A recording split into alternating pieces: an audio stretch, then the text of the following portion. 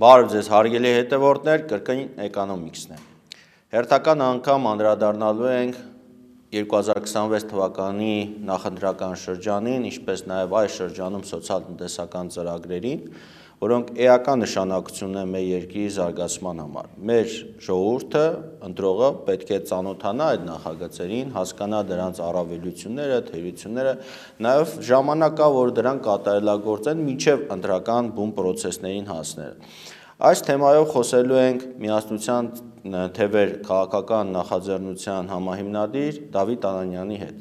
Բարև ձեզ, պարոն Անանյան, շնորհակալ եմ հրավերս ընդունելու համար։ Պարոն Անանյան, նախ կցանկանայի, որ շատ կարճ ներկայացնեք ձեր սոցիալ-տնտեսական կամ տնտեսական պլատֆորմը, այսպես բանալի բառերով, որոնք կուզեք հանրության մոտ տպավորվի։ Շատ լավ, շնորհակալություն հրավերի համար։ Մեր տնտեսական քաղաքականությունը մենք կառուցել ենք 7 առանցքային ուղղությունների վրա եւ թեւավոր ձևով ասում ենք 7 ուղղություն, 1 ճանապարհ, այսինքն ճանապարհը մեկն է, արմատապես փոխել տնտեսական կառուցվածքը, որտեղ մենք համոզված ենք, որ 30 տարիների ընթացքում մենք ձևավորել ենք սպառման վրա հիմնված տնտեսություն, այսինքն համախառն սպառմամբ առաջնորդող եւ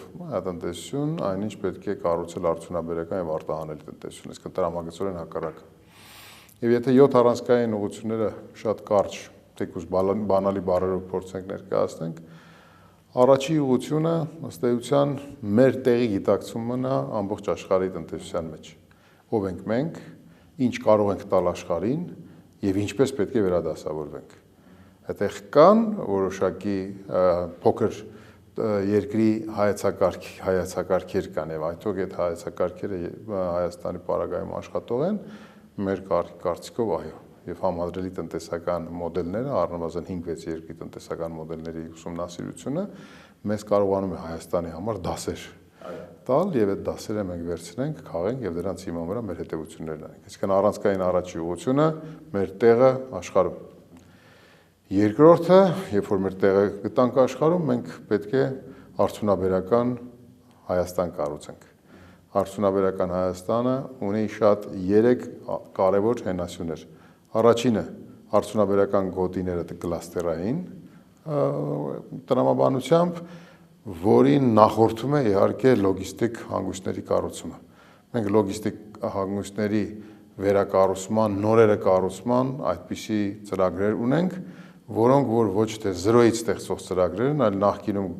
նախկինում ծրագրավորված, բայց ինչ-ինչ պատճառներով կոնսերվացված ծրագրեր են, որոնք որ մենք կարծում ենք, որ դրանք հնարավորություն ունենք իրագործելու։ Հետևաբար, առաջին հենասյունը, երկրորդ առանցքային ուղղության առաջի հենասյունը լոգիստիկ հանգույց Հայաստանը ունենա եւ այդ լոգիստիկ ենթահամակարգի շուրջ բոլորը ունենանք տնտեսական արդյունաբերական կլաստերային գոտիներ եւ երկրորդ եւ երրորդը առաջին լոգիստիկներ եւ երկրորդը արդյունաբերականը եւ երրորդը գիտություն, ինժեներիա, բարձր տեխնոլոգիական արտադրանքների արտադրություն։ Այնպիսի արտադրանք, որի մեջ կա գիտելիք, գիտություն եւ արտահանելի այդպիսի շատ մեծ պահանջարկ ու կարողություն։ Սա երկրորդը։ Երրորդը փոքր ու միջին ձեռնարկատիրության ռազմավարությունն է, այսինքն մենք գալիս ենք հենց արդյունաբերացման բանից, այսպես ասած, այդ նպատակադրումից, որտեղ արդյունաբերականացումը չի ենթադրում 10 մեծ խոշոր գործարանների շինարարություն, այլ տասնյակ հազարավոր փոքր ու միջին ձեռնարկատերերի այդպիսի սոցիալ-տնտեսական ողնաշարի կառուցում, որը մի կողմից սպասարկելու է այդ արդյունաբերությունը,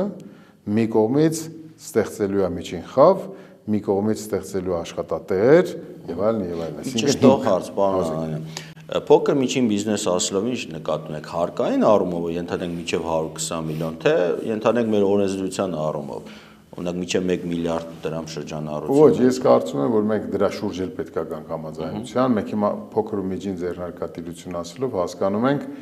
ըստ էության մեր միկրոձեռնարկատիրության ու շրջհարկի դաշտում գործողներին, նաև հարկման ընդհանուր դաշտում գործողներին, որոնց որ հասույթները, ասենք մի քանի 100 միլիոն չի գերազանցում։ Այդ միլիարդը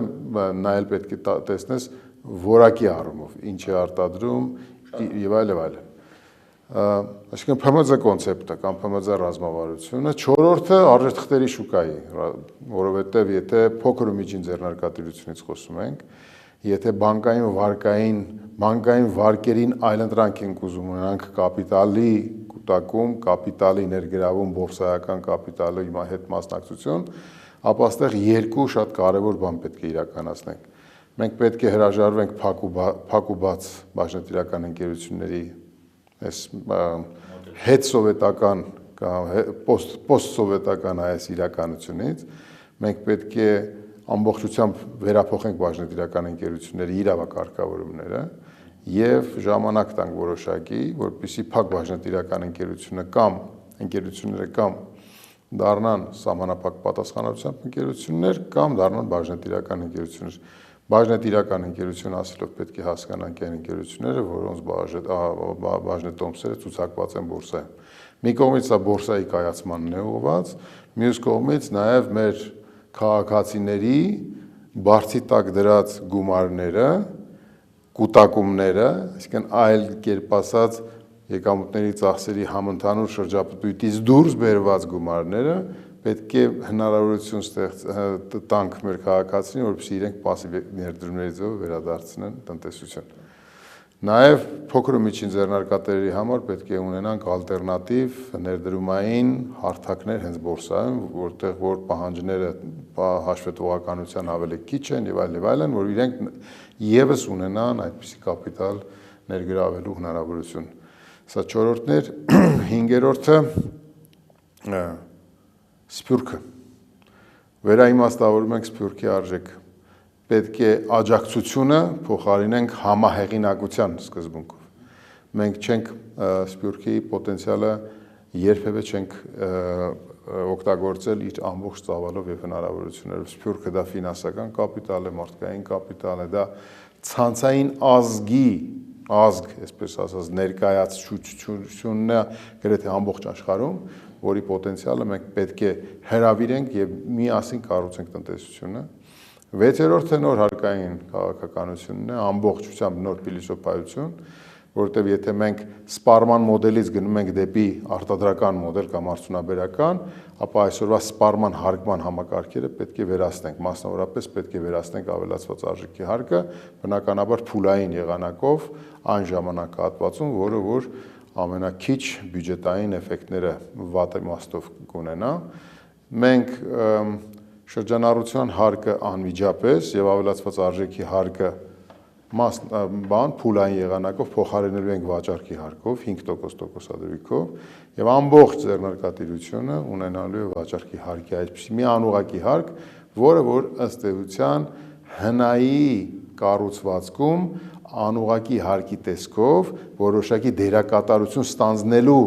բան է ունենալու, նշանակություն են ունենալու, այսինքն մենք ամբողջությամբ չենք ուզում տուգանենք մեր տնտեսական զարգացում, այսինքն տնտեսական զարգացում կամ հնայի հաշվարկը կատարում է թողարկման ծավալների եւ շուկայական գների բազմապատկումով, մենք այդտեղ գների մեջ այո մենք ունենալու ենք գնանկում, բայց պետք է որոշակի փոխհատուցում նաև ունենանք վաճառքի հարկի տեսքով։ Նաև բյուջեի եկամուտային մասը կարգավորելու առումով այդ 5% ունենալու է շատ բարձր, այսպես ասած, դերակատարություն։ Եվ վերջինը թվային դրամ։ Թվային դրամը դա մեր դրամի երրորդ տեսակն է, այսինքն թղթադրամ, անկախիկ դրամ եւ թվային դրամ։ Սա կրիպտովալյուտա չի, սա մեկին մեկ հարաբերակցությամբ էլի իդենտիֆիկացվող արժույթ է, թվային արժույթ, որի նպատակը թափանցիկության ըստեյության գերադրական աստիճան ստանալն է։ Առաջին հերթին պետական գնումներում, այսինքն պետական գնումները պետք է աստիճանաբար անցում կատարեն միմիայն թվային դրամով։ Դա նշանակում է 100%-ով հետագծելիության բոլոր գործարքների մեջ միջնորդների մասնակցության բացառում եւ այլն։ Կարճ ռեպլիկային առումով մենք ինչ ենք անում հիմա պետական գնումների իրավակարգավորումներ կան, գործարքները տեղի են ունենում եւ մենք պոստգործարքային գործիքներով հաշվեկնությամբ, ներքին աուդիտի գործիքակազմով, արտաքին աուդիտի գործիքակազմով փորձում ենք տեսնենք, թե անցյալ կատարյալը ճիշտ էր թե չէ։ Ըստ էության թվային դրամը դա մի այսպիսի հետագիծ է կամ հետագծելիության այնպիսի մակարդակի, որ դու գործարքը տեսնում ես, թե ինչպես է տեղի ունենում, ու այդ գործարքը 100%-ով կենտրոնական բանկի կողմից վերահսկվող համակարգի շրջանակներում վերահսկվում է։ Եվ դրան զուգահեռ դու ապրանքների ծառայությունների մի ռեեստրը ես դիզայնանում, աստիճանաբար տասնամյակների ընթացքում դու ունենում ես մի ռեեստր, որտեղ որ այդ ռեեստրում թվարկված ապրանքներն ու ծառայությունները պետք է միայն թվային դրամով գնան, դրանց վաճառքները եւ կարող է նաև տասնամյակներ հետո անմիջականորեն անցնես դու թվային դրամի, այդ նշանակում է, որ այնպիսի գործարքներ, որոնք որ այդ ռեեստրում այնպիսի ապրանքներ ու ծառայություններ, որոնք թվարկված չեն կամ սահմանված չեն այդ ռեեստրում, Հայաստանի Հանրապետությունում ուղղակի նման գործարքներ տեղի ունենալ չեն կարող։ Դա օրինակ տասնամյակներ հետո մեր սերունդները կարող են որոշեն, օրինակ բաները, ասենք այդ շահումով խաղերը, որպես ծառայություն չպետք է լինի այդ ռեեստրում, օրինակ զենք զինամթերք, չէ, թմրամիջոցներ եւ այլն։ Դա ապագայի համար հարթակներ ստեղծելու այսօրվա մեր ջանքերն են, որի մեկնարկը տվելու է պետական գնումների համակարգից։ Այս 7 այսպես ասած առանցքային ուղղությունները կարծես թե մեկը մեկից տրամաբանորեն բան է անում, հետևություն է գալիս եւ այդ շղթայի մի օղակներն են դրանք եւ ամբողջությամբ կազմում են մեր մեկ ճանապարհը, որը տանում է մեզ լրիվ ուրիշ իրականություն, լրիվ ուրիշ տնտեսություն։ Պարոն Անյան, առաջարկում եմ այսպես առանձին քննարկել այդ օղակները։ Նախ սկսենք առաջին օղակից, դուք հռչակում եք, որ Հայաստանը պետք է սպառման տնտեսություն լինի, չլինի, պետք է հիմքը չդնենք շինարարության ոլորտի վրա, առևտրի ոլորտի վրա, ներքին սպառման ոլորտի վրա, այլ պետք է դնենք արտահանման ոլորտի։ Որտեղից ձեզ այդ հիմնավորումը, որտեղ աշխարհում կան բազմաթիվ հետաքրքիր այսպես մոդելներ, տնտեսություններ, որոնք հենց սպառման մոդելի վրա շատ լավ ապրում են։ Հեռու չգնանք Դուբայը, հա, օրինակի համար, որոնք ինչու Հայաստանը պետքա ձեր ասած արտահանման մոդելի վրա զարգանա, որն է դրա հիմքերը։ Պարզ պրիմիտիվ ասեմ, շատ բան, տեսեք, մեկ շնչին ընկնող հնայի մակարդակով մենք բավականին ցածր տեղում ենք։ Ու շուրջ 8-9,000, որոշ ճշգրտումներով կարող է նաև մի քիչ ավել։ Շատ ճիշտ նկատեցիք, դա աշխարհում համար 1 տնտեսությունը, որ նստած է սպառման մոդելի վրա, դա Ամերիկայի Միացյալ Նահանգներն է։ Բայց Ամերիկայի Միացյալ Նահանգները ունի 335 միլիոն սպառող իր շուկայի ներսում։ Մենք ունենք 3 միլիոն սպառող։ Հետևաբար տեսեք, եթե մենք արտադրեինք ու սպառեինք Հայաստանում, այսինքն նախ մեր արտաքին առևտրի բանը, սալդոն լիներ դրական, այսինքն մենք ավելի շատ արտահանող լինենք կամ ներմուծող, եթե մենք արտադրեինք ու սպառեինք մեր տնտեսությունում, կարելի էր նաև ունենալ թե սպառման մոդելի հիման վրա, թե նաև մտածել արտահանման վրա։ Մեր մոտ տարիներ շարունակ ներմուծումը գերազանցում է արտահանմանը։ Այդ նշանակում է, որ մենք ներմուծում ենք ավելի շատ այլ երկրների արտադրած ապրանքներ ու ծառայություններ, սպառում ենք այստեղ եւ մեր սպառմամբ ֆինանսավորում ենք այլ երկրների հնաները։ Բայց այդ գումարն է գալիս է դրսից։ Գումարը գալիս է դրսից, բայց մենք գումար ոչ թե դրսից է գալիս, այլ մենք դուրս ենք փոխանցում, հակառակը, որովհետեւ մենք ֆինանսավորում ենք դրսից ձեռք բերած գնումները։ Տեսեք, այստեղ մի հատ հետաքրքիր բան կա։ Եթե դու քո ամբողջ տնտեսության պոտենցիալը 3 միլիոն ազգաբնակչության հույսով է, 3 միլիոնից մի քիչ ավել, մենք ես վերջի թվերը ասում են, չէ, մեր Արցախից բռնի տեղահանված մեր հայրենակիցներն ու նաև ռուս-ուկրաինական պատերազմով պայմանավորված Հայաստանը, որպեսզի իրենց ժամանակավոր բնակության վայր ընտրածները, այսինքն հանրագումարով մենք 3 միլիոնը հիմա մի փոքր գերազանցել ենք։ Այսինքն քո ամբողջ տնտեսությունը 3 միլիոն համախառն սպառողի վրա է։ Եթե մենք մի պատկերավոր ասենք, որ հիմա դու արտադրես այնպիսի արտադրենք ու ծառայություն, ներողություն, այդ 3 միլիոնին կարող գումարվի նաև 2.5-3 միլիոն տուրիստ օրինակ ամ։ Թող գումարվի, այդ տուրիստն էլ գումարվի, բայց դա ժամանակավոր է, էլի։ Ասենք այնպես չի, որ դու միաժամանակ ունես 2.5 միլիոն։ չէ, չունես, էլի, այսինքն այնպես չի, որ 5.5 միլիոն անընդհատ սպառում են, չէ, 3 միլիոն անընդհատ սպառում են, դրանով գումարում, հանվում, հանրագումարային կարող է 2-2.5 միլիոն էլ տարեկան կտրվածքով տուրիստ լինի։ Այդ 3 միլիոնը քո սահմանափակումն է, այսինքն մեր հանրային, մեր համախառն սպառումը սահմանափակված է։ Մեր ասածը հետևյալն է.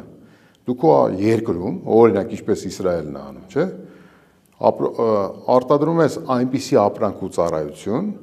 որ քո սպառողը դառնում է ոչ թե 3 միլիոն տեղացի, այլ 30 միլիոն դրսի, 300 միլիոն դրսի, հետևաբար դու փոքր լինելով, դու պետք է լինես արտահանելի, որպեսզի քո սպառման ծավալները աճեն։ Քո սպառման ծավալները հիմա սահմանափակված են քո ներքին 3 միլիոնով։ Եվ քանի որ դու ներմուծող ես անընդհատ, չէ, մի կողմից համ սահմանափակված ես 3 միլիոնով, համ էլ սահմանափակ քո սպառումը օգնում է այլ երկրների հնաների զարգացմանը, ոչ թե քո երկրի հնայի։ Որովհետև մենք ինչ ենք ասում ենք առևտուրը դա միջնորդ ոլորտ է գործունեության, տնտեսական գործունեության միջնորդ է, նա ավելացված արժեք չստեղծող ոլորտ է։ Հետևաբար արտադրողից սպառողին վերջնական ապրանքը հասցնող ոլորտ է։ Առևտուրը մեր տնտեսության դոմինանտն է հիմա։ Հետևաբար մենք ինչ ենք ասում ենք առևտուրը լինելով դոմինանտ, մենք մեր սպառմամբ ֆինանսավորում ենք այլ երկրներից ներմուծումները։ Մեր փողերը գնում են այլ երկրներ։ Այս փողերը, որ հիմա գալիս են, իրենք բոլորս գիտենք, որ այս բիզնեսների ժամանակավոր տեղափոխման արդյունք է ռուս-ուկրաինական պատերազմի։ Այսինքն այդ ներհոսքը, որ գալիս է վալյուտայի, այ տեսեք, մենք այդտեղ ծառայություն ենք արտահանում, այդտեղ պոտենցիալ կա։ Բայց դա ժամանակավոր է, միգուցե այդ դրա մասին պետք է խոսանք։ Բայց ձեր հարցի պատասխանը հետևյալն է. ինչու սպառումից արտահանում մենք ուզում ենք մեր սպառողների թիվը մեծացնենք։ Երկրորդ կետը ձեր արդյունաբերական Հայաստանը անշուշտ շատ կարևոր այսպես երասյուններ դրեցիք դրա ներքո արդյունաբերական գոտիներ, ենթակառուցվածքներ եւ գիտություն, կապը։ Սրանք բավականին դժվար եւ այսպես ծախսատար ոլորտներ են, որ Հայաստանը բավականին հետ է մնում, նույն հնա կրթություն ֆինանսավորում, հիմա կրթություն դա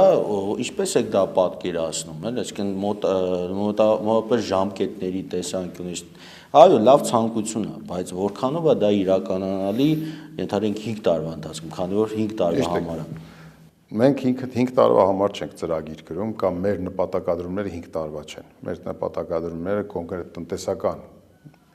մեր տնտեսական թիմի կողմից առաջարկող մոդելը ինքը տասնամյակների համար է, մոտավորապես 20 տարվա համար։ Բնականաբար ճիշտ եք ասում, բայց հենց տնտեսությունը մի շատ կարևոր բան ունի, կառուցվածք։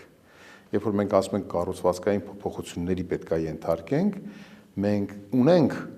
ճյուղեր, որոնք պետք է զարգացնենք եւ իրենք տարիներ են տևելու, ձեր ասած արդյունաբերական, գիտություն, կապը, դրանք տարիներ են պետք։ Նույնիսկ արդյունաբերական գոտիները կառուցելու համար պետք է տարիներ ծախսես, բնականաբար։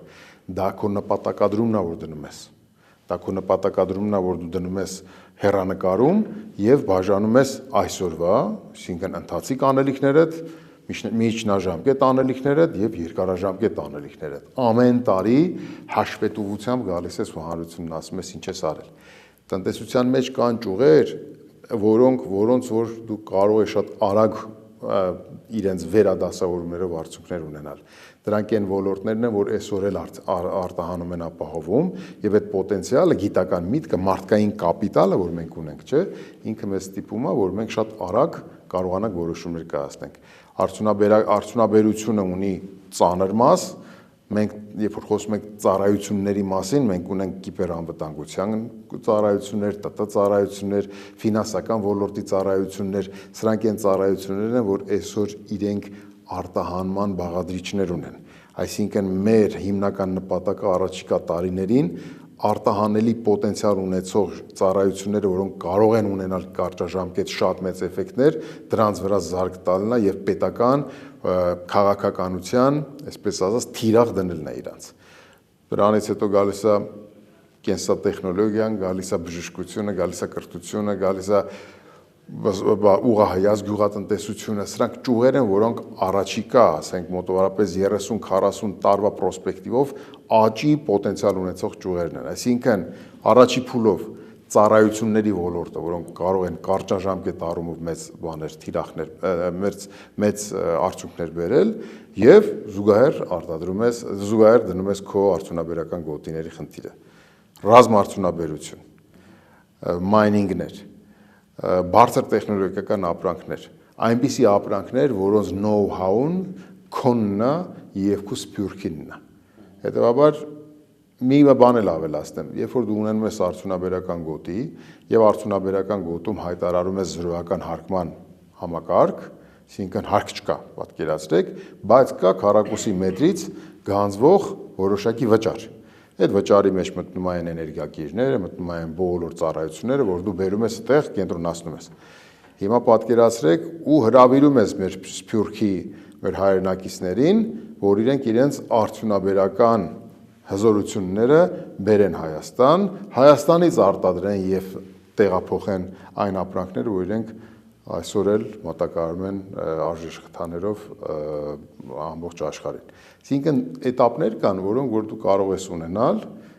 թե կարճաժամկետ հեռանկարում, թե միջնաժամկետ, թե երկարաժամկետ։ Հետևաբար, ձեր ասածը միանշանակ ճիշտ է, այն ինչ որ մենք ասում ենք, այո, ինքը բարդ գործ է, որովհետև դու պետք է փոխես քո տնտեսական կառուցվածքը, տրամագծորեն հակառակը դնես, բայց ունենալու ես թե կարճաժամկետ, թե միջնաժամկետ, թե երկարաժամկետ անելիքների հստակ ծրագրավորված քո բանը, այսպես ասած, ճանապարհը եւ ժողովրդի հետ պետք է ժամանակ առ ժամանակ հաշվետվություն ներկայացնես, թե այս կարճաժամկետում ինչ արեցիր, ինչ արդյունք գրանցեցիր եւ այլն եւ այլն։ Շատ լավ, պարոն Անյան, փոքր միջին բիզնեսի մասով դուք դա դիտարկում եք ոչ միայն տնտեսության զարգացման ուղղություն, այլև միջին խավից զորում, սոցիալական խնդիրների լուծում եւ այլն։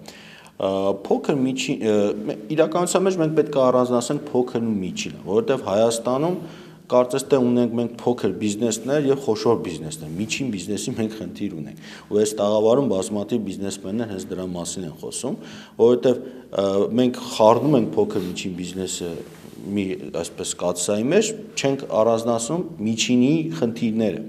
Հիմա ինչ անենք, որ մեր բիզնեսը այդ կարողանա այդ շրջափուլերը անցնի, որ փոքրից դառնա միջին, միջինից հետո դառնա խոշոր։ Ինչպես եք տեսնում, հա, այս ընթացքը։ Տեսեք, նախ հարկային համակարգը ինքը շատ դեպքերում դնում են որպես դոմինանտ փոքր ու միջինի կառուցման, մենք ասում ենք, որ դա դոմինանտ չպետք է լինի։ Համաձայն եմ։ Դա երրորդական, չորրորդական խնդիր է։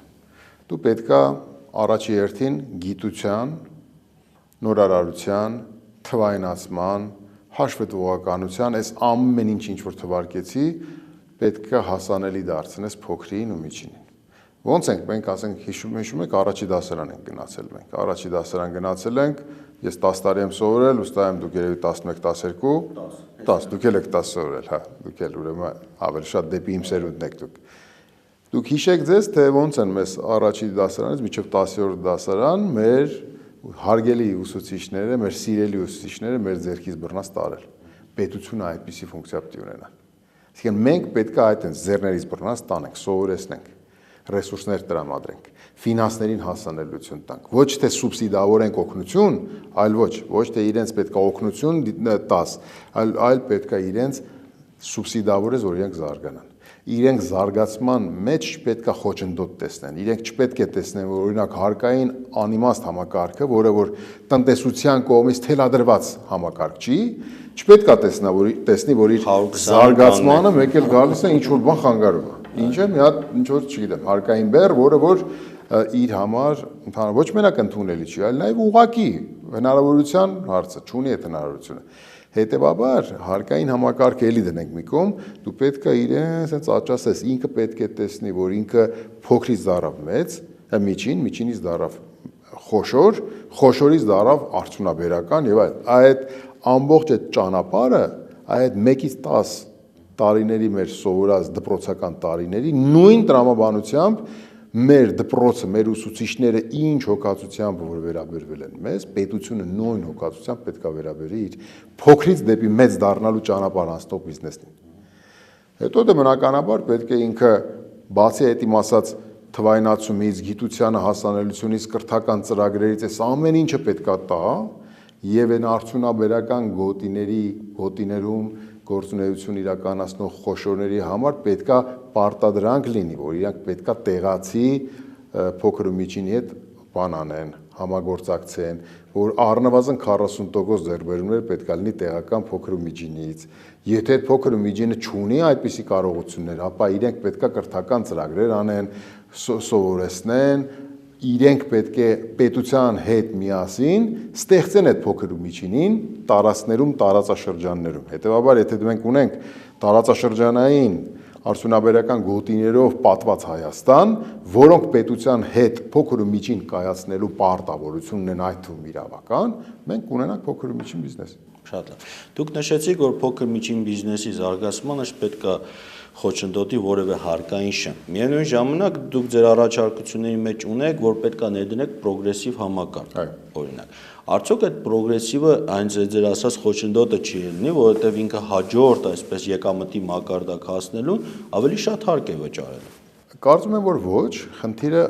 ճիշտ սանդղակներ դնելն է։ Եա պատկերացրեք, մենք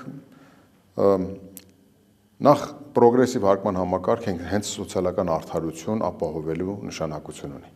Ինքը ունի սոցիալական եւ մակրոտնտեսական նշանակություն։ Մի փոքր դրա մասին ասեմ, թե ինչու է դա արդարացի եւ վերադառնանք ձեր հարցին։ Ինքը սոցիալական արդարություն է,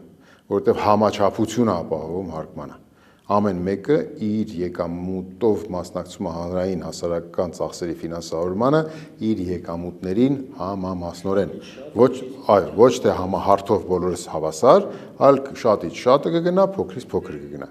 Եթե դու օրինակ շեմը դնում ես 12%-ից ես սկսում, օրինակ պատկերացրեք, հիմա հիպոթետիկ ասում եմ, դնում ենք 12, 18 եւ 25%-անոց շահութահարկի քայլքեր։ Եվ ասում ենք, որ միջև 50 միլիոնը ենթադրենք շահույթը, 50 միլիոն հարկում է 12%-ով։ Միաժամանակ արդեն վերացրել ենք շրջանառության հարկ, միկրոձեռնարկատիրության հարկ չկա, ոչ այն կա, ոչ այն, բոլորը վճարում են վաճառքի հարկ։ Հիպոթետիկ բան եմ ասում, պատկերացրեք միջև 150 միլիոնը, ասում ես, որ այս վաճառքի հարկը միջև 150 միլիոն շրջանառություն ունեցողներին փոխարինում է նաև շահութարկին։ Տես մի բան ես ասում։ Այսինքն կամ, հա, չէ,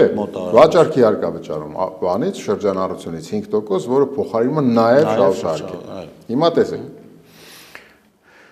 Բայց սահմանում ես այնտեղ, բոլորը պարտավոր են, մենք գիտենք, որ սահմանադրական պարտականություն ենք, պետք է վճարենք հարկեր, չէ՞։ Բոլորը հաշվարկում են իրենց հարկը, բայց հարկի միջև 150 միլիոնը այդ հարկի նկատմամբ կիրառվում են գործակիցներ։ Միջև 24 միլիոն շրջանառություն ունեցողը հաշվարկում է իր հարկը շրջանառության 5%-ը եւ կիրառում է 0% ուղիղ գործակից։ Իսկ ինքը ունի հարկ, որը հավասար է 0-ի։ Հետո 24-ից 50 միլիոնը հաշվարկում է իր 5% շրջանառության հարկը եւ կիրառում է 0.25 ուղիղ գործակից։ Այսինքն վճարում է իր հարկի քառորդ մասը։ 50-ից 80 միլիոնը հաշվարկում է 0.75, ենթադրենք 0.6, 0.8, միջև 150-ը, 120-ից 150-ը վճարում է, ենթադրենք, մեկ բանով։ Այսինքն սա մի հատ sense հետաքրքիր բան տեղի ունեցավ, որ մենք ըստ էության այսօրվա միկրոձեռնարկատիրության շարունակականություն ենք ապահովում, այսինքն ասում ենք միկրոձեռնարկատիրությունը ոնց որ թե մնում է, բայց տրամաբանությունն է փոխվում։ 24 միլիոնը էլի հիմա հարկ ունի հավասար է 0-ի, մեր բանով, առաջարկածով, հետո կամաց-կամաց այդ հարկը սկսում է աստիճանաբար մեծանալ մինչև 150 միլիոն։ 150 միլիոնից հետո արդեն նա դառնում է նաև շահութահարկ վճարող։ Պատկերացրեք, եթե դու դնում ես մեծ քայլք, այսինքն օրինակ 50 միլիոն, նույնիսկ կարող է շատ ավելին սահմանվի, հաշվարկները դեռ բանում են, պատկերացրեք 12%։ Եթե 12%-ը Եթե պատկերացրեք, այդ կազմակերպությունը ունի, ենթադրենք 250 միլիոն շրջանառություն եւ 250 միլիոն շրջանառության պարագայում ինքը ունի, ենթադրենք, լավ 20% բան, շահութաբերություն արեց 50 միլիոն։ 50 միլիոնի 12%-ը անում է, ինչքան անում, 6 միլիոն, ահա, 6 միլիոն։ Եվ ուներ 5%, չէ, 250 միլիոնի 5% ինչքան է անում, 7.5 միլիոն։ 7.5 միլիոն գումարած 6 միլիոն, անում է 13.5։ 13.5-ը 250-ի մոտորապես 6-6.5%-ն է։ Այսինքն 250 միլիոն շրջանառություն ունեցողի հարկային բեռը, որը նաև շահութարկ վճարող է, դառնում է 6.5%։ Այսօրվա 15-ից 17%-ի փոխարեն։ Այնպես վճարող պարագայում շատ է։ Պատկերացրեցիք, հիմա 12-ից 18-ի քայլքը, չէ՞։ Մենք կարող ենք սահմանել, որ մինչև 500 միլիոն շահութ ունեցողը վճարում է այդ շեմի մեջ է։ 500 միլիոնից ավելը 25%, այսինքն դու կարող ես քայլքերն հենց դնել, որ շահութարկի պրոգրեսիվությունը ինքը ապահովի նաև արդարություն։ Մյուսը մակրոտնտեսական առումով տեսեք, տնտեսությունն ունի պարբերաշրջաններ, չէ՞, վերելքներ, անկումներ։ Այդ վերելքներն ու անկումները դրանք պարբերաշրջաններն են ու իրենք ունենում են ներքին ու արտաքին։ Այսինքն ներքինը նա, երբ որ դու տեսնում ես, որ կա որոշակի խնդիր, ու այդ խնդիրը արձանագրեցիր, մինչև այդ խնդիրը լուծելուն ուղղված քո ջանքերի փաստաթղթավորումը որոշում կայացնել, դա ներքինն է։ Արտաքինն է, որ որոշում կայացնողից հետո արդյունքների գրանցումը։ Ուրեմն այսպեսի մի կանոն կա։ Եթե դու ստաբիլիզատորներ ես դնում օրենքիդ մեջ, կայունարարներ, կայունարարներ, չէ՞, ավտոմատ կայունացուցիչներ են ասում կամ ավտոմատ ստաբիլիզատորներ։ Ամենալավ ավտոմատ ստաբիլիզատորը դա պրոգրեսիվ հարկումն է, որտեվ անկուման պարագայում քիչ հարկ են վճարում, բանի պարագայում ավել են վճարում եւ դու որ բաներ չես կայացնում, որոշումներ չես կայացնում, օրենքներ չես փոխում, նոր բաներ չես իրականացնում, այսինքն օրենսդրությունը ինքը կարգավորում է դրանով։ Մենք գիտենք, որ վերելքի ժամանակ ինչ ենք անում մենք, վերելքի ժամանակ մենք հարկերն ավելացնում ենք, չէ՞, պետական ծախսերը կրճատում։ Անկման ժամանակ ինչ ենք անում, պետական ծախսերն ավելացնում ենք, հարկերը նվազեցնում, չէ՞։ Այո, վարելքի ժամանակ հարկերն իրան են ավելանում, բանի անկման ժամանակ հարկերն իրան են նվազում։ Ըստեմնով պետությունը, որ իր գնման համակարգով կամ շատ ներգործություն իրականացնի կամ քիչ ներգործություն, այսինքն կամ խթանող հարկային բյուջետային քաղաքականություն իրականացնի, կամ զսպող հարկային բյուջետային քաղաքականություն իրականացնի։ Սա ինչի եմ ասում, պրոգրեսիվ հարկման համակարգերը նաև հարկաբյուջետային քաղաքականության առումով իրանք ավտոմատ ստաբիլիզատորներ են, որոնք որ խրախուսվում են միջազգային պրակտիկան դա ցույց տալիս։ Պարոն Անանյան, 2020 թվականից Հայաստանը ներդրվեց նաև համահարթ հարկային քաղաքականություն։ Հետահայաց նայելով, դա արդյոք նպաստեց օրինակ ստվերի կրճատմանը, իրական աշխատավարձերի հայտարարմանը եւ նախկին պրոգրեսիվը արդյոք չէր խոչընդոտում։ Նախկին պրոգրեսիվը այդքան էլ պրոգրեսիվ չէր, ինքը իր քայլքերը լավը չեն, եթե հիշում եք, ինքը 23, 28, 33 էր, չէ՞։ Այսինքն իրանք ավել բարձր էին, էլի։ Եթե մենք ունենայինք մեր առաջարկող եկամտային հարկ, օրինակ մեր մոտ դինելու է 12, 18, 22, 25, այս քայլքերը դրանք համ սոցիալական արդարություն են բերելու, համ են իմ հասած ստաբիլիզատորի ֆունկցիան իրականացնելու են։ Այն բարձր տոկոսների պարագայում առաջի տարին 23 դնելը, հետո ամեն տարի մի տոկոսով իջեցնելը ինքը արդարացված էր, որովհետև ժամանակը հատվածն էր այդպեսին։ Ես ասեմ, մենք այն ժամանակ, եթե մենք մի քիչ ավելի խիզախ գտնվեինք, պրոգրեսիվ համակարգը փոխարինեինք մեկ այլ ավելի արդար պրոգրեսիվ համակարգով, շատ ավելի տեղին կլներ, բայց մենք ունենալու ենք բյուջետային շատ մեծ բաներ, կորուստներ։ Մի բան էլ ասեմ, ես որպես վարչարար, հարկային վարչարար, չէ, հարկային վարչարություն իրականացնողին շատ ձեռնտու է, որ տոկոսը լինի համահարթ, որովհետև ոչ մեկ արդեն չի գայթակղություն չի ունենում որոշակի իր եկամուտները տեղավորի ավելի նպաստավոր քայլքերի մեջ։ Հետևաբար, եթե համընդհանուր առումով նայենք, համահարթը իր դերակատարումն արդեն ունեցել է։ Մենք պետքա գանք մեկ այլ համակարգի ճիշտ բաներ դնենք։ Այդտեղ բյուջետային անկումներ կարող ունենանք։ Մենք օրինակ մեր առաջարկած համակարգի, այս եկամտային հարկի, հա, տեսեք, տեղաշարժել։ Սենց ասեմ, 729 միլիարդ է եղել 25 թվականի եկամտային հարկի բյուջետային մուտքերը։ Եթե մենք օրինակ այդ նույն ցուցանիշների պարագայում դնում ենք, այսինքն հարկ վճարումների քանակ, քայլքերը, բան եւ այլն, դնում ենք այս մեր նոր առաջարկած համակարգով դնում ենք, մենք ստանում ենք մոտավորապես 657 միլիարդ։ Թվում է մոտ մի 60 միլիարդով մեր առաջարկածը ավելի պակաս եկամուտ է բերում, չէ՞, բայց այլ հավասար պայմաններում ինքը բերում է նաև սոցիալական որոշակի արդարություն, նոր աշխատատեղերի գրանցման պարագայում, այո, ինքը կարող է նաև ավելի լավ էֆեկտ ունենա։ Այսինքն մենք չպետք է միայն նայենք զուտ մաթեմատիկային։ Այսօր 729-ն ենք հավաքում, այսօրվա թվերով դուք կհավաքեք 600 քանի, 60 միլիարդ, լավը չի, որտեղից եք բերելու այդ 60 միլիարդը։ Հավատացեք, այդ 60 միլիարդը ինքը իրանով է գալու, որովհետև աշխատատեղեր են ստեղծվելու, որովհետև ստվերից գալու են ISN 12, 18, 22 եւ 28 այդ տոկոսների քայլքերի պարագայում ստվերից գալու է աշխատատեղը, աշխատողներին բերելու են, գրանցելու են։ Ձեր առաջարկներից մեկն է վերաբերում է թվային դրամին։ Թվային դրամի կիրառումը դուք դիտում եք որպես պետական գնումների արդյունավետության բարձրացման, հետագծելիության ստուգման համար։ Այսինքն մեր ներկայիս գնումների խնդիրը դա է արդյոք, այսինքն մենք հիմա գումարների փոխանցման հետագծելի խնդիր ենք, թե խնդիրը այստեղ որակի հետ է, մրցակցային գների հետ է։ Երկուսն է խնդիրը, ճիշտ եք ասում, բայց տեսեք, կա իրավապայմանագրային կարգավորման դաշտը, որը որ դու գնումները կազմակերպում ես, եւ կա այդ գնումների իրականացման արդեն փաստացի գործընթացը, որտեղ որ դրամական հոսքերը տեղի ունենում։ Ես ասացի շատ կարևոր բան ասացի, որ թվային դրամը ապագայի այսօր դու կառուցում ես այն կամուրջը, որ գցում ես դեպի ապագան, բայց իր ամենալավ մեկնարկը պետական գնումներից սկսելն է։ Ինքը այո, այն վճարումների համակարգ, այսինքն պետական գնումների իրականացման ամբողջ գործընթացը ինքը դարձնելու է թափանցիկ։ Բայց այդ չի նշանակում, որ դու այնտեղ իրավապայմանագրային այդ կարգավորումներում անելիք չունես։ Մեր խնդիրներից ամենաբանը այն է, որ օրինակ մեկ աղբյուրից գնում կատարելը բացառությունից դարել է օրինաչափություն։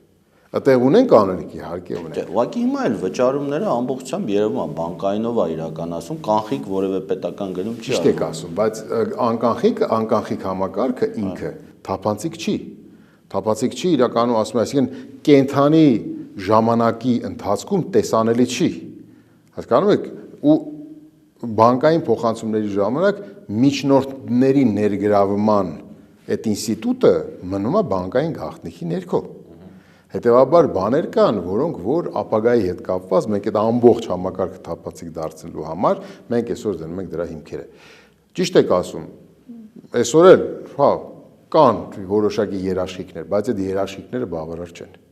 Այդ երաշխիքները բավարար չեն։ Պատահական չի, որ ամբողջ աշխարհն է թվային դրամի մասին մտածում գնում։ Չինաստանը այսօր ինքը կիրառում է թվային դրամը, իհարկե որոշակի հարևան Իրանը ունի թվային դրամի բան ունի, ինքը բայց փորձասրճանային բանն է։ Ռուսաստանը ունի հանրային քննարկման է դրել, Շվեդիան ունի, Եվրոպայում քննարկում են, այսինքն ինքը իրենք նայում են այսօր ապագայի աչքով։ Մենք կարծում եմ, որ թվային դրամը շատ ավելի մեծ դերակատարում ունի, որովհետև թվային դրամը ունենալու է ամեն քաղաքացի ունենալու իր դրամապանակը, դրամապանակները կենթանի ժամանակում եւ նաեւ օֆլայն ռեժիմում աշխատելու են։ Դրանք սպասարկելու ամբողջ բանկային համակարգը։ Ինքը կա, որ արդեն քաղաքականությունը գրված է մեր մոտ։ Մենք ներկայացրենք դրա այն մասը, որը որ հանրության համար շատ ավելի մատչելի է։ Եվ ունենալու ենք նաեւ հանրային, այսպես մասնակցության 3 մակարդակ, այսինքն մարդիկ մասնակիորեն մասնակցում, մարդիկ ինչ-որ միջանկյալ ռեժիմով են մասնակցում եւ ամբողջությամբ են մասնակցում։ Դրանք բոլորը կամավորության հիմունքով են, բայց ամեն անգամ մասնակցության մակարդակը բարձրանալուց անձնական տեղեկատվություն բացահայտելու մակարդակը ավելանում է։ Պատկերացրեք, մի ինչ-որ իրավիճակ գա 10 տարի հետո կամ 20 տարի հետո, որ թվային դրամով գնում են բոլոր գործարքները եւ բոլորս միասին համաձայնվել ենք, որ մեր բոլոր գործարքները լինի թափանցիկ։ Հասկանում եք, այդ համատարած թափանցիկության, այդ հանդուրժողականության եւ այդ իր փողվստահության մթնոլորտը ինքը նաեւ քաղաքական որոշակի նշանակություն ունի։ Բայց դա աստիճանաբար պետք է անես հանրության հետ խոսելով, հանրային քննարկումներ կազմակերպելով, որովհետեւ մարդիկ այսօր մեր հանրությունը իր գաղտնիքը, նույնիսկ եթե այդտեղ որևէ բան չկա, թաքցնելու բան չկա, իր գաղտնիքը համայն, ասենք, ուշադրության արժանանալու կամ այդպիսի բան դարձնելու բան սովորաբար այդպես մտադրություններ չեն ունենում։ Պարոն Անանյան, իմ հարցը վերաբերում է ոչ ձեր 7 կետերին, դուք 7 կետերով նշել եք ձեր տեսլականը, տնտեսության եւ այլը։ Տնտեսության տեսլականի տեսանկյունից շատ կարևոր է, թե պետությունը ինչ տնտեսական ինտեգրման շրջանակներում է գործելու։ Մենք հիմա Եվրասիական տնտեսական միության անդամ ենք, ԵՄ-ի հետ լավ հարաբերություններ ունենք, ավելի հստակ ասած փողը տեխնոլոգիան է արևմուտքը, մեր շուկան այս պահին Ռուսաստանն է, այսպես։ Ինչպես եք տեսնում մեր տնտեսությունը ապագայում, ինչ ինտեգրման շրջանակներում։ Բարձր մակարդակի դիվերսիֆիկացիայի վրա եմ տեսնում, ու շատ կարևոր է դա։ Անկախ նրանից ԵԱՏՄ-ում մեր մնալ չմնալու հարցը ինչպես մենք բան կանենք, բնականաբար մենք այսօր այդպիսի հարց չենք քննարկում։ Մենք ընդհակառակը նայեք ԵԱՏՄ-ի հապկի հետ կապված բոլոր հարցեր, այդ թվում տնտեսական, քաղաքական չեն, ռազմավարական, ռազմական, ռազմաքաղաքական կարևոր են, որովհետև ԵԱՏՄ-ի շրջանում մաքսատուրքերը օրինակ որոշվում են միասնաբար։ Մենք դրանք այդ բոլորը քննարկում ենք Հայաստան-Ռուսաստան փոխհարաբերությունների պրիզմայի ներքո, այսինքն որքան են կարևոր Ռուսաստան-Հայաստան այդ բանը։ Մենք երբ որ դրա կարևորությունը կարողանանք իրար հետ բացահայտենք, իրար հետ ամրագրենք, դրանից արդեն գալիս է ԵԱՏՄ-ն, դրանից հետո գալիս է ՀԱՊԿ եւ այլ եւ այլ։ Հետևաբար, կարծում եմ, որ ԵԱՏՄ-ն ինքը հնարավորություն է։ Ցանկացած հարթակ, որը որ միջազգային հարթակ է, որտեղ որ դու ունես մասնակցություն, ընդ որում նաև վետո իրավունք ունես, այդ թվում ԵԱՏՄ-ում, այդ թվում ՀԱՊԿ-ում, չէ, ցանկացած միջազգային հարթակում, եթե փոքր երկիր ունի վետո իրավունք, այդ վետո իրավունքը պահպանելը իր համար դառնում է սրբազան ինչ-որ մի հատ շատ կարևոր բան։ Հետևաբար, նայում ենք այսպես, ԵԱՏՄ-ում ենք գլոբալ համագործակցություն բոլորի հետ։ Չինաստանի հետ, Հնդկաստանի հետ, Իրանի հետ, Ֆրանսիայի հետ, Եվրոմիության հետ դիվերսիֆիկացրու, ստանդարտիզացիայի ենթարկի քո արդյունաբերությունը, Եվրոպայի ստանդարտները բեր, համապատասխանությունը տարա, ժամանակ առ ժամանակ բեր, ձեռք բերի այդ ամեն ինչը, ամբողջ աշխարհի հետ տարա, Ռուսաստանի հետ խորացրու, ԵԱՏՄ-ի հետ խորացրու, նրա հետ խորացրու, ոչ մեկ չի սահմանափակում, բայց ձեր հարցի հստակ պատասխանը շատ մեծ սպեկտր բանի, այսպես ասած դիվերսիֆիկացիայի։ Սա, քանի որ մենք արտահանելի տնտեսություն ենք ուզում կառուցենք, այդ նշանակում է, որ մենք ամբողջ աշխարհի հետ պետք է ունենանք մեր տնտեսական փոխհարաբերությունները առևտրական, թե ապրանքների բարձր տեխնոլոգիական, թե ծառայությունների մատուցման առումով։ Դիվերսիֆիկացիա։ Անշուշտ այդ դիվերսիֆիկացմանը նաև օգնելու է մեր հայկական սփյուռքը, որի վերաբերյալ նաև կարևոր կետ ունենք։ Մենք այդ կետի մասին կամ այդ հանգամանքի վրա շատ ենք խոսել վերջի 30 տարիների ընթացքում, բայց փաստացի չեն կարողացել օգտագործել այդ ռեսուրսը։ Որն է լինելու այդ մոտիվացիան կամ այն գործիքը, որ իրենց կամ սփյուռքին բերենք Հայաստան, դրդենք Հայաստան մտնեն իրան, որովհետև շատերը այս ընթացքում հիասթափվել են, դուրս են եկել, կորցրել են բավականին լուրջ գումարներ։ Ինչ նոր բան եք, ինչ ձևաչափ եք առաջարկում սփյուռքի հետ աշխատել։ Մայր հայրենիքը կարծում եմ, որ հիասթափության օբյեկտ չի, հիասթափվում են իշխանություններից։ Հետևաբար իշխանափոխությունից հետո կարծում եմ, որ նաև հնարավորություններն են դառնալու շատ ավելի ամեն ինչ սկսել ինչ-որ նոր կետից։ Սա միակ երևի դեպքն է, որ պետք է սկսել նոր կետից։ Մենք սովորաբար որևէ ոլորտում նոր կետից ինչ-որ բան սկսելը միշտ տանում է ձախողումների, բայց սփյուռքի հետ պետք է սկսել նոր կետից կամ նորացված հին կետերից։ Ամենակարևորը, դու պետք է ունենաս սփյուռքի հետ, ախր սփյուռքը մենակ տնտեսություն չի, ինքը անվտանգություն է, ամեն տեսանկյունից անվտանգություն է։ Այդ ցանցային ազգ լինելը նաև անվտանգային բազմաթիվ հնարավորություններ են քեզ տալիս ամբողջ աշխարհում ունենալ նաև ներկայացվածություն։ Հետևաբար տնտեսական, քաղաքական, անվտանգային առումով սփյուռքը մեր համար շատ կարևոր է եւ մենք հատուկ ունենք հայեցակարգ մշակված սփյուռքի հետ, որի մի բաղադրիչը տնտեսականն է։ Մենք ունենում ենք 3 հարթությամբ համագործակցություն։ Առաջինը արդյունաբերական տունն էր, որ ձեզ ասեցի, բանի շրջանակներում, երկրորդը բաժնեմասնակցությունն է տարբեր ընկերությունների բաժնետոմսերում, երրորդը ուղղակիորեն մեր սփյուռքի հայրենակիցը, այդ ինչ որ ասում եմ, դրանք on-line հարթակներ են, որտեղ որ դու տեսնում ես օրինակ, այսինչ գյուղի, այսինչ դպրոցի տանիքի կառուցմանը ինքը ուզում է $10,000 ներդրում կատարի, այդ ներդրումը կատարում է եւ տեսնում է on-line թե 10,000 դրամը ոնց է նյութականացում գնում դառնում տանիք։ Ամեն տեսակի բաներ, ամեն տեսակի, այսպես ասած, հնարավորություններ ստեղծելու ենք։ Բայց դրա հետ նաեւ պետք է ինստիտուցիոնալ ման ունենանք։ Մենք պետք է ունենանք Սփյուռքի կոմիտե առանձին մի հատ մարմին։ Մենք պետք է ունենանք խորհուրդում պետք է ներգրաված լինեն Սփյուռքի մեր ազդեցիկ հայրենակիցները եւ այդ խորհուրդն ու կոմիտեն պետք է ըստ էության իրար հետ համագործակցեն եւ Սփյուռք եւ Մայր Հայաստանը ինքը գործընկերային միասին sense համակարգային բանը դառնալու։ Այն ինչ որ պետքա վերակառուցել գրեթե զրոյից, ինչ որ ես ասացի։ Սա զգացմունքային ինչ որ բան չէ, շատ-շատերը մեր հայրենակիցներից այսօր սպասում են, թե արդյոք հնարավորություն կլինի գան Հայաստանի Հանրապետությունում ազգային ուժեր, որոնք ազգային շահ են սպասարկում, եւ այդ ազգային շահ սպասարկող իշխանությունների հետ իրենք կհամագործակցեն, ոչ թե իշխանության հետ, այլ պետության հետ։ Իշխանությունները գնում գալիս են, համակարգերը կառուցվում են եւ այդ համակարգերը սպասարկում են թե այսօր, թե ապագա։ Ձեր առաջարկող համակարգերից մեկը բաժնետիրական ընկերությունների նոր մոտեցումն է, ըստ որի եթե դու բաժնետիրական ես, պետքա բորսայում լինես։ Այո, շատ լավ մոտեցում է, բայց միևնույն ժամանակ դուք առաջարկում եք, որ փակ բաժնետիրական ընկերության գաղափարը վերացնել։ Այո։ Կամ էլ անցնել ՍՊ-ի։ Այսինքն դրանով ինչ խնդիր եք լուծում։ Դրանով ինչ խնդիր եք լուծում։ Բաժնետիրականը պետքա լինի բաժնետիրական։ Փակ բաժնետիրականը դուք որպես մասնագետ դուք ինքներդ գիտեք, որ փակ բաժնետիրականն ու ՍՊ-ն որևէ բանով իրարից չեն տարբերվում։ Չունեն որևէ տարբերություն չկա։ Այդ դեպքում պետքա բաժնետիրականի վրա շեշտը դնել։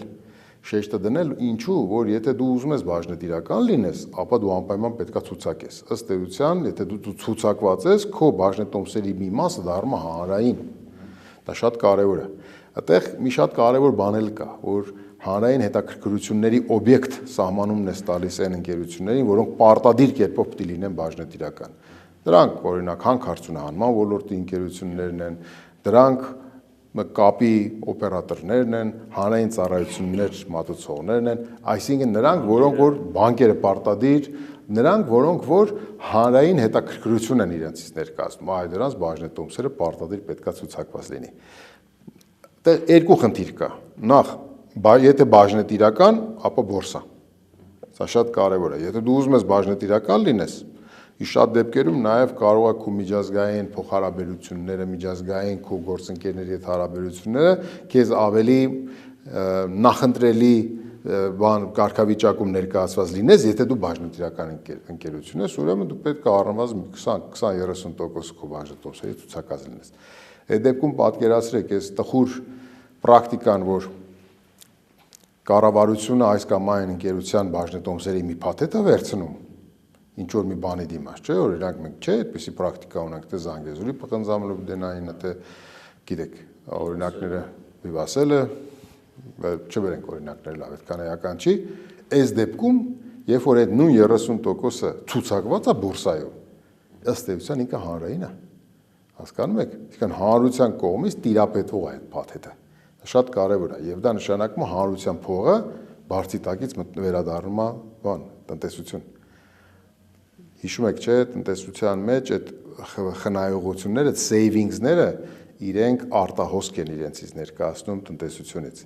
Այդ savings-ները դու ամեն ինչ որպես պետություն պետք է անես որևէ եղանակով հետ բերես դեպի տնտեսություն։ Այս բաժնետիրացման, այս հայեցակարգ, այս ռեֆորմը դա ինչ որ մի ձևով նաև ընկերությունների բաժնետոմսերում, պարտատոմսերում, արժեթղթերում ներդրումներ կատարելու միջոցով վերադարձնելն է դրանց որ բիզնես։ Պարոն, հիմա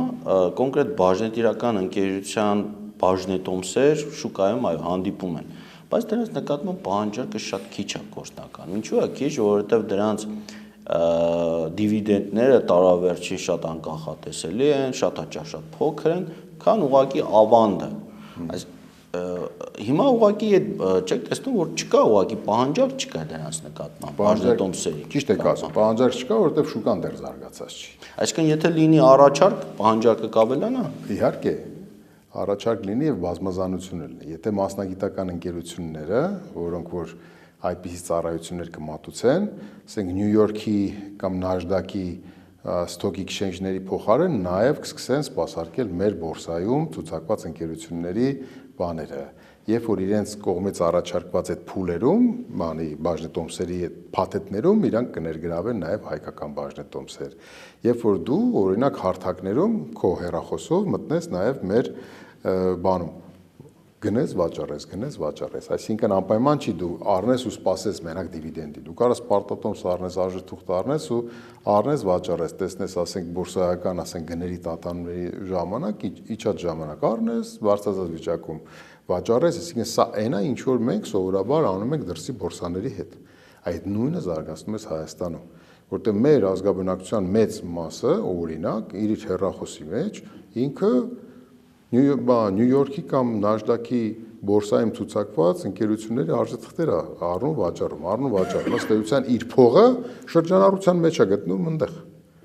Եթե դու կարողանաս այդ փողը ինչ որ չափով բերես այդտեղ, շատ մեծ բան արած կլինես։ Հետևաբար մեր ռեֆորմը հենց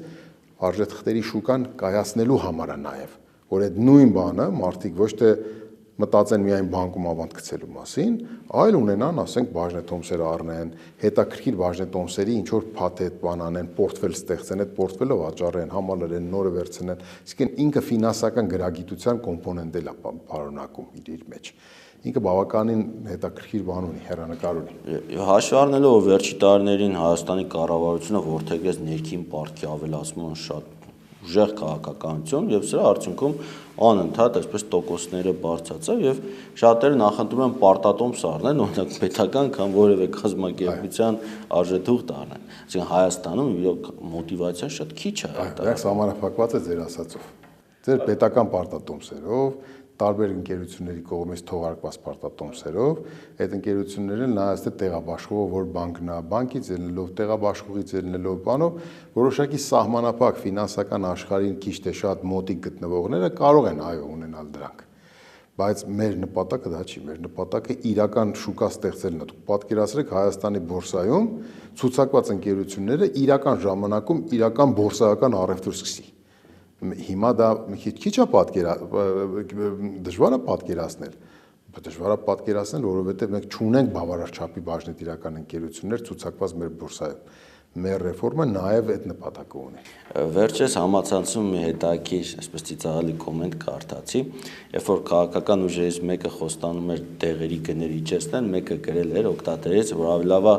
վարկերի տոկոսը իջեցեք, որ դեղ խմելու կարիք չլինի։ Հիմա դուք ինչպես եք պատկերացնում այս խնդիրը։ Իրոք տոկոսները բավականին բարձր են նաև բիզնեսի համար, հանրության համար։ Ինչպես կարող ենք տոկոսները բարձրացնել, թե նորմալ է այս տոկոսը հայ իրականության պայմաններում։ Տեսեք, տոկոսի մասին բնականաբար մենք չենք խոսում, ինչի, որովհետև կա բանկային համակարգ, կա կենտրոնական բանկ, իրենք հարաբերականորեն անկախ են։ Եվ դե բնականաբար դրամավարկային քաղաքականություն իրականացնողը ունի իր կարգավորման շրջանակները։ Տոկոսները բարձր են թե ցածր են, դա խորքային բաներ կան։ Վերաֆինանսավորման տոկոսադրույքը 6.5% է հասցրել։ Ինչու է իջել, դա իջել է, որովհետև այդ ազդակներն էլ պետք է հասկանանք։ Բայց տեսեք, իրականում ինչ է տեղի ունենում, եթե վերաֆինանսավորման տոկոսը իջնում է, դու նաև պետք է տեսնես, արդյոք ավանդների տոկոսը իջնում է, թե չէ։ Շատ դեպքերում վերաֆինանսավորման տոկոսի բարձրանալն ու իջնելը օրինակ առաջարկող ավանդի տոկոսների շարժերի չի հանգեցնում։ Այդ նշանակում է, որ կապը ոնց որ թե այդքան էլ լավ չի աշխատում։ Վարկինն էլ ինչու, որովհետև կա բավականին շատ, ասենք, համ պահանջարկ, վարկի պահանջարկ, բայց վատը գիտեք որն այլ բիզնեսի ֆինանսավորման ու վարկային պորտֆելները ավելի դանդաղ են աճում, աճը շատ ավելի քիչ է, սպառողական վարկերը, հիպոթեկը եւ այլ եւ այլ։ Այսինքն, ստեղ ավելի շատ դու տնտեսության էլի կառուցվածքի խնդիր ունես, քան թե դու գնաս, ասես, պոպուլիզմով զբաղվես, ասես բանկերի տոկոսները պետք է իջեցնեմ։ Դա կառավարությունը այդպես չպետք է անի։ Կառավարությունը կարող է ինչ-որ կոնկրետ խավերի, կոնկրետ սեգմենտի համար, ասենք, սուբսիդավորի որոշակի տոկոս բանկային վարկի, ինչ որ այսօր էլ է տեղի ունենում։ Բայց դրանք մեղմացնող, դրանք սոցիալական նշանակություն ունեցող են, էլի։ Դու պետքա, էլի եմ ասում, դու պետքա քո տնտեսությունդ վերազինես։ Երբ որ բիզնես վարկերի տոկոսադրույքները շատ ավելի ցածր են, բնականաբար։ Դու այսօր կարող ես ներգրավել, բայց հիպոթեկից բարձր է։ Հիպոթեկից ոնց է բարձր, չէ, հակառակը։ Շատ հաճախ, Չէ, այո։ բիզնես վարկերը ավելի ցածր են հիպոթեկից, նույնիսկ ցածր են։ Հասկանում եք ինչի, որովհետև ընդեղ էլ գրավի արկայություն կա, էլի բիզնես վարկն էլ է ճիշտ է գրավի, չէ, գրավի երկու տեղն էլ կար, բնականաբար, բայց հիպոթեկից ցածր հնարավորություն կա ներգրավելու։ 8-ից մինչև 12% դու կարաս ունենաս։ Հիպոթեկն էլ 9.5-ից 13%, նայած, այսինքն դրանք մոտիկ են, բայց հիպոթեկը շատ ավելի թանկ է ու իջել է հիպոթեկի տոկոսադրույքը, որովհետև պահանջարկն է շատ, հասկանում եք։ Հետևաբար քաղաքական ուժերը, եթե խոսում են բանկի վարկերի մասին, բանկի վարկային տոկոսների իջեցնելու կամ սուբսիդավորելու կամ փոխհատուցելու մասին, դա ոտից գլուխ պոպուլիզմ է։ Լավ, ոնց խթանենք, խրախուսենք, որ բանկերը ակտիվ վարկավորեն բիզնեսը, թե թողենք շուկային։ Չէ, տեսեք, դուք պետքա ոչ թե բանկերին, դու բանկին ասելիք չունես, դու բիզնեսին ձեռք մեկնելու բան ունես։ Հասկանում եք, այսօր ինչի են օրինակ խիա բարձր։ Եթե ֆինանսավորումը ու բարձր է կամ հաշվետվողականությունը շատ խիստ է, այդ նշանակում է որ ռիսկ է տեսնում։ Ընդհանուր քո երկիրը որ վերցնես ինքը ռիսկային է։ Բիզնես ոլորտները ռիսկային են։ Բանկը ունի իր հստակ կանոնակարգերը, չէ՞, ըստ կանոնակարգերի նայում է ռիսկային է գնահատում, բանականաբար քեզ ավելի թանկ փող է առաջարկում։ Պետությունը պետքա հակառակն անի։ Ռիսկայնությունը պետք է մեղմի։ Ինքը ոլորտներին պետքա տա շնչելու հնարավորություններ։ Պետքա տա, չգիտեմ, տարբեր իր անելիքները պետք է անի, պետքա ենթակառուցվածքներ տա, էներգակիրների հասանելիություն տա, պետքա զանազան սուբսիդիաներ տա, խրախուսանքներ տա, այսինքն պետությունը պետքա այնպիսի միջավայր բան անի, որ բանկերը տեսնեն, որ ռիսկերը իջնում է։ Հենց ռիսկերը իջնեն, համապատասխան վերաբերմունքը բանկերը կունենան իրենց տոկոսադրույքների իջեցմամբ։ Բանկերի հետ աշխատանք կառավարությունը չունի, կառավարությունը իր անելիքները լավ պետք է անի։ Ինքը բիզնես միջավայր պետք է ձևավորի։ Ինքը պետք է կրկրթի, պետք է այն 0-ից, ոնց որ ասեցինք, չէ, առաջինից 10-րդ դասարանի մեր բերած այդ պատկերավոր օրինակի ձևով պետք է բոլորին ուղեկցի, ուղղորդի, փորձի հասցեականը լինի, ամեն մեկի մոտ գնա, բոլորի դարդը արձանագրի, ինչ որ ձևով սուբսիդավորի, օգնի, որպեսզի բանկային համակարգն էլ adekvat վերաբերմունք ցույց տա։ Սա է դեղատոմսը։ Շատ լավ։ Շնորհակալ եմ պարոն Անանյան հետաքրքիր զրույցի համար։ Հարգելի հետևորդներ, այսօր քննարկեցինք միասնության թևեր քաղաքական շարժման տնտեսական պլատֆորմը, որը անշուշտ բավականին հետաքրքիր, բազմակողմանի եւ կարող ենք ասել բավականին խորքային տնտեսական ուղղություններ ունի։ Անշուշտ այս ընթացքում բազմաթիվ քննարկումներ կլինեն, լրացումներ կլինեն մինչև բուն նախընտրական process-ի հասնելը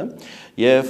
կարծում եմ մեր ժողովուրդը փոքր միջին բիզնեսը եւ անշուշտ նաեւ խոշոր բիզնեսը իր ազդակները պետք է ուղղի քաղաքական ուժերին այս կամ այն ուղղությամբ փոփոխություններ անելու, քայլեր անելու, ծրագրեր մշակելու։ Սա միակողմանի process չի, սա պետքա փորձի ներառի ամբողջ հասարակությունը, բիզնես, քաղաքական, նաեւ կուսակցություններ, ուժեր։ Այսքանը։